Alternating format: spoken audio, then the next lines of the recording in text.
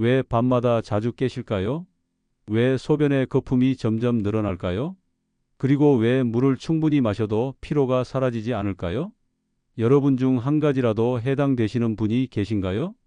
저는 30년간 신장 기능 회복과 생활요법을 연구해온 박사 김태훈입니다. 지난 30년 동안 수많은 분들의 신장 건강을 회복시키는 일에 매진해 왔습니다. 대부분의 분들은 물 많이 마시면 신장이 깨끗해진다고 믿고 계십니다. 하지만 제 연구 결과 물만으로는 부족하며 때로는 신장을 더 피로하게 만들기도 합니다. 특히 60대 이후에는 신장의 역과 기능이 약해지면서 단순히 물을 많이 마시는 것만으로는 충분하지 않습니다. 오늘은 단순히 물 많이 마시기가 아니라 신장이 쉬어가는 물 마시기로 바꾸는 정확한 방법을 알려드리겠습니다. 이 방법은 제가 현장에서 수많은 분들에게 직접 적용해서 효과를 확인한 방법입니다. 많은 분들이 물을 마실 때 양만 신경 쓰십니다. 하지만 정작 중요한 건 무엇을 언제 어떻게 마시느냐입니다. 신장은 우리 몸의 정화 공장입니다. 이 공장이 제대로 작동하려면 단순한 물보다 적절한 성분이 필요합니다. 여러분께서 지금까지 알고 계셨던 물 마시기 상식이 완전히 바뀔 수도 있습니다. 하지만 이것이 바로 신장을 살리는 진짜 방법입니다. 이 내용 처음 들어보셨나요? 댓글로 알려주세요. 얼마 전 67세 김영자님의 이야기를 들려드리겠습니다. 김영자님은 밤마다 두세 번씩 깨는 바람에 늘 피곤하셨습니다. 아침에 일어나면 눈밑이 퉁퉁 붓고 양말 자국이 저녁까지 남아 있었습니다. 처음엔 나이 탓이라며 대수롭지 않게 넘기셨습니다. 주변 분들도 다들 그러시니까요. 그런데 건강검진에서 신장 기능 수치가 낮게 나왔습니다. 사구체 여과율이 정상 범위보다 낮았고 혈중 크레아티닌 수치도 올라가 있었습니다. 약을 먹기 전에 제가 김영자님께 권한 건 단 하나였습니다. 매일 마시는 맹물의 절반을 현미차로 바꿔보세요. 그게 전부였습니다. 너무 간단해 보여서 김영자님도 처음엔 반신반의하셨습니다. 처음 2주는 별다른 변화가 없었습니다. 여전히 밤에 깨고 부종도 그대로였습니다. 하지만 제가 말씀드렸죠. 신장은 간처럼 빠르게 반응하지 않는다고. 최소 한 달은 지켜봐야 한다고요. 한 달이 지나자 놀라운 일이 생겼습니다. 야간뇨가 줄어들기 시작했습니다. 밤에 두세 번 깨던 게 한 번으로 줄었습니다. 그리고 아침 부종이 눈에 띄게 사라졌습니다. 가장 놀라운 건 기운이었습니다. 오후만 되면 축 늘어지던 몸이 저녁까지 버틸 수 있게 되었습니다. 혹시 여러분도 비슷한 증상으로 걱정하고 계신가요? 병원에서 신장 수치가 높다는 말을 들으셨나요? 지금 이뇨제를 드시고 계신가요?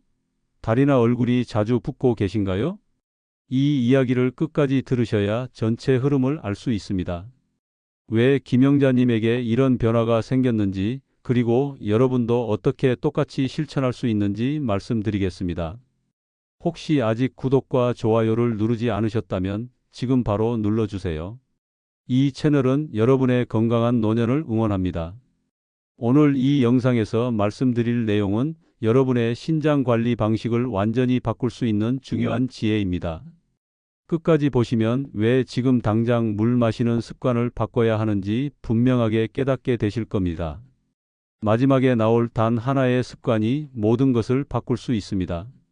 끝까지 보지 않으시면 가장 중요한 실천법을 놓치게 됩니다. 그리고 댓글로 꼭 알려주세요.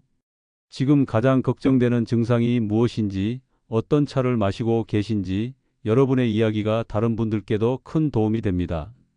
어릴 적 어머니가 주방에서 끓여주시던 보리차 향기 기억나시나요? 우리는 그냥 습관처럼 마셨습니다. 하지만 그 안에 이렇게 깊은 의미가 담겨 있었다는 걸 나이 들어서야 깨닫게 됩니다. 이제 우리가 잘못 알고 있는 물 마시기 상식을 하나씩 바로 잡아 보겠습니다. 여러분의 식습관을 바꾸는 작은 실천만으로도 충분히 일어날 수 있는 일입니다. 그래서 이제는 우리 일상에서 신장을 지치게 하는 물 마시기 습관들을 하나씩 짚어보겠습니다. 신장을 지치게 하는 물 마시기 습관과 진짜 회복 차 5가지. 먼저 맹물에 대한 과심부터 말씀드려야겠습니다.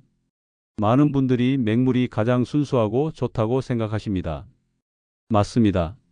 맹물은 기본적인 배설 기능을 돕습니다. 하지만 여기서 중요한 점이 있습니다. 노화된 신장은 단순한 물만으로는 부족합니다. 신장이 제 기능을 하려면 활성 성분이 필요합니다.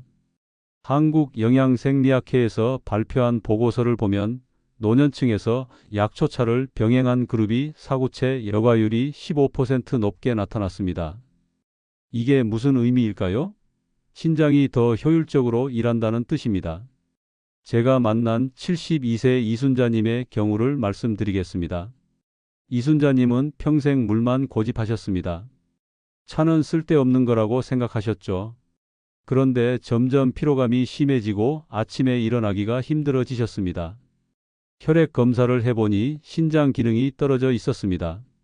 이순자님께 검은 콩차로 바꿔보시라고 권했습니다. 하루 물 섭취량의 절반만 검은 콩차로 대체하는 거였습니다. 처음 한 달은 큰 변화가 없었지만 두 달째부터 달라지기 시작했습니다. 피로가 완화되고 얼굴색도 좋아졌습니다. 그렇다면 어떻게 실천하면 될까요? 하루 물 섭취량 중 한두 잔만 따뜻한 차로 교체하시면 됩니다. 단 여기서 주의할 점이 있습니다. 카페인이 함유된 차는 피하셔야 합니다. 녹차나 홍차처럼 카페인이 들어간 차는 오히려 신장에 부담을 줄 수 있습니다. 여러분은 지금도 맹물만 마시고 계신가요? 한번 생각해 보시기 바랍니다. 다음으로 잘못된 차 선택에 대해 말씀드리겠습니다. 차라고 다 좋은 게 아닙니다. 오히려 독이 되는 차도 있습니다. 특히 옥수수수염차와 연잎차를 조심하셔야 합니다. 이 두 가지 차는 이뇨작용이 너무 강합니다. 소변을 자주 보게 만들면서 동시에 우리 몸의 전해질을 빼앗아갑니다. 경희대학교 식품과학연구팀에서 이에 대해 경고했습니다. 과도한 이노성 차를 섭취하면 혈중 칼륨이 떨어질 위험이 있다고 밝혔습니다. 칼륨이 떨어지면 어떻게 될까요? 근육에 힘이 빠지고 어지럼증이 생깁니다. 심장 박동도 불규칙해질 수 있습니다.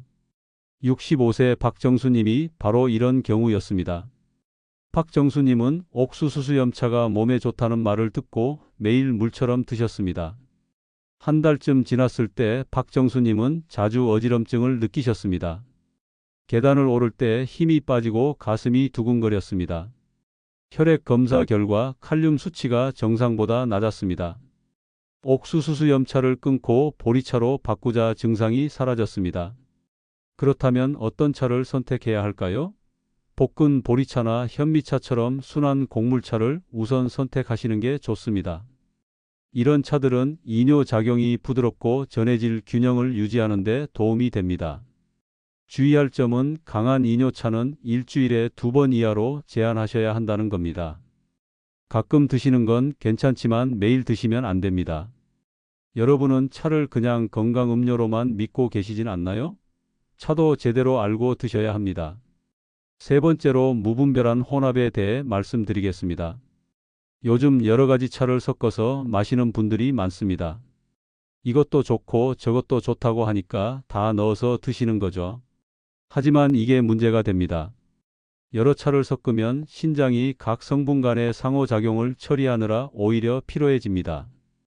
연세대학교 양리학 연구팀에서 이런 사례를 많이 확인했습니다. 혼합차를 복용한 사람들 중 일부에서 혈압과 혈당이 불규칙하게 변동하는 현상이 나타났습니다. 70세 한미숙님의 경우를 말씀드리겠습니다. 한미숙님은 건강에 관심이 많으셔서 이것저것 다 시도해 보셨습니다. 보리차에 옥수수수염을 넣고 거기에 둥글레도 넣고 결명자도 넣으셨습니다. 좋다는 건 다 넣으신 거죠. 처음엔 괜찮았습니다. 그런데 두 달쯤 지나자 신장 수치가 악화되었습니다. 사구체 역과율이 떨어지고 단백뇨도 나왔습니다. 혼합차를 끊고 보리차 하나만 드시자 수치가 다시 안정되었습니다. 그렇다면 어떻게 해야 할까요? 한 번에 한두 가지 차만 드시고 그 상태를 2주에서 4주 정도 유지하시는 게 좋습니다. 몸이 그 차에 적응할 시간을 주는 겁니다. 새로운 차를 시도하실 때는 최소 일주일 간격을 두시기 바랍니다. 혹시 많이 마시면 더 좋겠지 하고 생각하지 않으셨나요? 신장은 그렇게 단순하지 않습니다. 적절한 종류를 적절한 양만큼 드시는 게 중요합니다. 네 번째는 감미료 추가입니다. 차가 쓰다고 설탕이나 꿀을 넣어 드시는 분들이 계십니다. 특히 꿀은 건강에 좋다고 알려져 있어서 많이 넣으시는데 이것도 조심하셔야 합니다. 설탕과 꿀은 혈당을 높이고 신장에 부담을 줍니다. 대한당뇨학회에서 발표한 자료를 보면 노년층에서 당 섭취가 증가할 때 사구체 손상과 연관성이 있다고 보고했습니다. 단맛에 익숙해지면 계속 더 달게 먹게 되고 그러면서 신장은 점점 지쳐갑니다. 68세 윤미자님은 차에 꿀을 듬뿍 넣어 드셨습니다. 꿀은 천연이니까 괜찮다고 생각하셨죠. 그런데 석 달쯤 지나자 혈압이 오르기 시작했습니다. 평소 정상이던 혈압이 갑자기 140을 넘어갔습니다. 꿀을 빼고 차를 그냥 드시자 혈압이 다시 안정되었습니다. 단맛이 아쉬우면 어떻게 해야 할까요? 말린 사과나 감껍질처럼 자연스러운 단맛을 내는 재료를 조금 넣으시면 됩니다. 이런 재료들은 당도가 낮으면서도 은은한 단맛을 줍니다. 주의할 점은 인공 감미료는 장기적으로 사용하지 말라는 겁니다. 당장은 칼로리가 없어서 좋아 보이지만 장기적으로는 신장과 간에 부담을 줄 수 있습니다. 달콤해야만 건강하다고 느끼시나요? 입맛을 바꾸는 것도 건강의 시작입니다. 마지막으로 보관 부주의에 대해 말씀드리겠습니다. 많은 분들이 차를 한 번에 많이 끓여놓고 하루 종일 드십니다. 그런데 이게 생각보다 위험합니다. 차를 4시간 이상 실온에 보관하면 세균이 번식할 위험이 있습니다. 식품의약품안전처에서도 이에 대해 경고했습니다. 여름철 30도가 넘는 환경에서 차를 보관하면 6시간 내에 균이 크게 증가한다고 확인했습니다. 74세 조명희님은 보리차를 아침에 한 냄비 끓여서 하루 종일 상온에 두고 드셨습니다. 어느 날 저녁 갑자기 배가 아프고 설사를 하셨습니다. 차가 상한 거였습니다. 특히 여름철에는 더 위험합니다. 그렇다면 어떻게 보관해야 할까요? 하루에 마실 분량만 끓이시고 남은 건 냉장 보관하시는 게 좋습니다. 다시 마실 때는 살짝 데워서 드시면 됩니다. 직사광선도 피해야 합니다. 햇빛에 오래 노출되면 영양소가 파괴됩니다. 혹시 냄비째 하루 종일 식탁 위에 두시나요? 그러면 안 됩니다. 특히 여름철에는 더욱 조심하셔야 합니다. 작은 습관 하나가 큰 차이를 만듭니다. 이렇게 신장이 지치는 원인을 바로잡으면 다음 단계는 신장을 회복시키는 진짜 차를 선택하는 일입니다.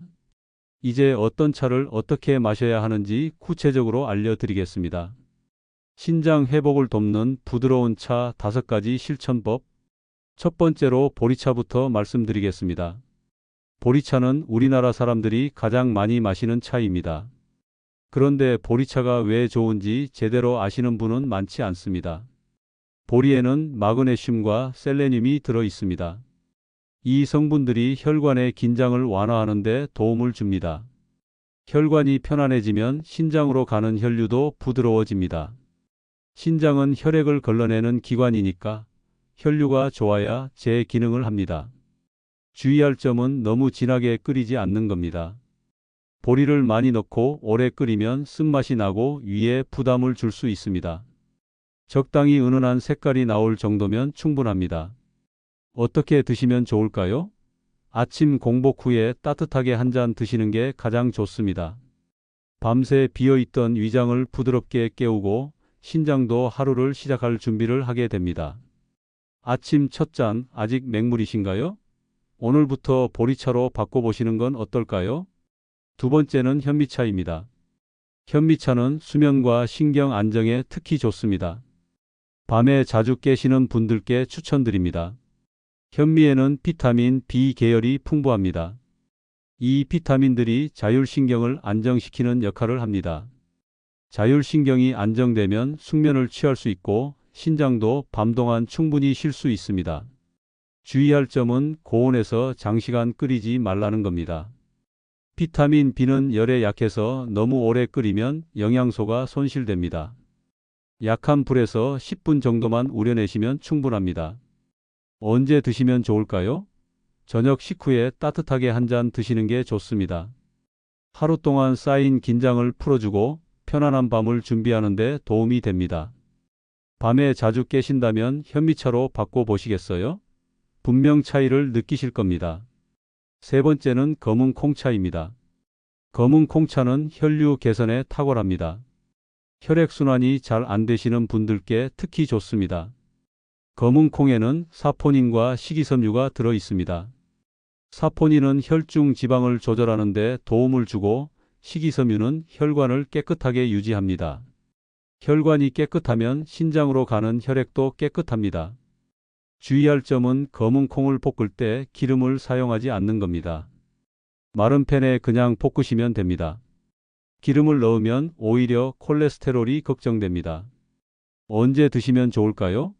점심 식사 30분 후에 한 잔 드시는 게 좋습니다. 식사 후 올라가는 혈당을 안정시키고 오후 활동에 필요한 에너지를 줍니다. 오후에 피로가 심할 때 무엇을 드시나요? 커피 대신 검은 콩차를 시도해 보시기 바랍니다. 네 번째는 강황차입니다. 강황은 항염 효과로 유명합니다. 몸속에 염증이 있으신 분들께 도움이 됩니다. 강황에 들어있는 커큐민이라는 성분이 신장의 염증을 완화하는 데 도움을 줍니다. 만성 염증은 신장 기능을 서서히 떨어뜨리는 주범입니다. 커큐민이 이 염증을 잡아줍니다. 주의할 점은 공복에 드시지 말라는 겁니다. 강황은 자극이 있어서 빈속에 마시면 위가 불편할 수 있습니다. 반드시 식후에 드셔야 합니다. 어떻게 드시면 좋을까요? 식후에 참기름을 한 방울 떨어뜨려서 드시면 흡수율이 높아집니다. 커큐민은 지용성이라 기름과 함께 섭취하면 더 잘 흡수됩니다. 염증이 조용히 쌓이는 느낌이 드신 적 있나요? 강황차가 도움이 될 수 있습니다. 다섯 번째는 히비스커스 차입니다. 히비스커스는 요산 조절에 좋습니다. 통풍이나 결석 경험이 있으신 분들께 특히 도움이 됩니다. 히비스커스에 들어있는 퀘르세틴이라는 성분이 요산 배출을 촉진합니다. 요산이 쌓이면 신장에 결석이 생기거나 통풍이 올 수 있습니다. 퀘르세틴이 이 요산을 몸 밖으로 내보내는 걸 돕습니다. 주의할 점은 칼륨 수치가 높으신 분들은 피해야 한다는 겁니다. 히비스커스에는 칼륨이 많이 들어 있어서 이미 칼륨 수치가 높으신 분들은 더 올라갈 수 있습니다. 혈액 검사 결과를 확인하시고 드시기 바랍니다. 어떻게 드시면 좋을까요? 일주일에 2번 정도 저녁 전후로 소량만 드시는 게 좋습니다. 매일 드시면 과할 수 있습니다. 통풍이나 결석 경험이 있으신가요? 그렇다면 히비스커스 차를 시도해 보실 만합니다. 이렇게 부드럽고 꾸준한 루틴으로 바꾸면 신장은 서서히 회복의 신호를 보냅니다. 밤에 덜 깨게 되고 아침 부종이 줄어들고 전체적으로 기운이 살아납니다. 이제 오늘 배운 내용을 정리하면서 생활 속으로 옮겨 보겠습니다. 오늘 내용을 한번 요약해 볼까요? 많은 분들이 물 많이 마시면 신장이 좋아진다는 상식에 머물러 계십니다. 하지만 신장은 단순한 수분보다 올바른 성분과 타이밍을 원합니다. 맹물만 고집하는 것, 잘못된 차를 선택하는 것, 여러 차를 무분별하게 섞는 것, 감미료를 추가하는 것, 보관을 소홀히 하는 것, 이 모든 게 신장을 지치게 만드는 습관들입니다. 잘못된 물 마시기 습관은 밤마다 깨게 만들고 아침 부종을 남기고 하루 종일 피로를 안겨줍니다. 반대로 바른 차 루틴은 신장이 쉴 틈을 주고 에너지를 되살리고 활력 있는 하루를 선물합니다. 오늘 처음에 말씀드렸던 67세 김영자님을 기억하시나요? 김영자님은 맹물을 현미차로 바꾸는 단 하나의 변화로 야간뇨가 줄고 부종이 사라졌습니다. 72세 이순자님은 검은 콩차로 바꿔 피로가 완화되었습니다. 이분들의 공통점은 무엇일까요? 작은 습관 하나를 바꿨다는 겁니다. 거창한 게 아닙니다. 매일 마시는 물 한 잔을 차로 바꾼 것뿐입니다. 하지만 그 작은 변화가 신장을 살렸습니다. 오늘부터 실천할 단 한 가지를 말씀드리겠습니다. 아침 공복에 맹물 대신 따뜻한 보리차 한 잔으로 하루를 시작하세요. 그게 전부입니다. 어렵지 않죠? 보리차는 구하기도 쉽고 만들기도 간단합니다. 아침에 일어나서 가장 먼저 드시는 그 한 잔을 보리차로 바꿔보세요. 처음 2주는 큰 변화가 없을 수 있습니다. 하지만 한 달, 2달 지나면 분명히 느끼실 겁니다. 밤에 덜 깨게 되고 아침에 일어나기가 한결 수월해지고 하루가 가벼워집니다. 작은 변화가 평생의 신장을 지켜줍니다. 신장은 한번 나빠지면 회복이 어렵습니다. 하지만 미리 관리하면 70대, 80대, 90대까지도 건강하게 유지할 수 있습니다. 다음 영상에서는 소변 거품으로 미리 알아보는 신장 상태 진단법을 알려드리겠습니다. 아침에 화장실에 가셨을 때 소변을 한번 유심히 보세요. 거품이 얼마나 생기는지, 얼마나 오래 남아 있는지 확인해 보세요. 그게 여러분 신장의 신호입니다. 여러분은 지금 어떤 차로 하루를 시작하고 계신가요? 혹시 지금 병원에서 관리 중이신가요? 가족 중에 신장 때문에 걱정하시는 분이 계신가요? 오늘 영상이 도움이 되셨다면 여러분의 이야기를 댓글로 들려주세요. 혼자 걱정하지 마시고 함께 나눠요.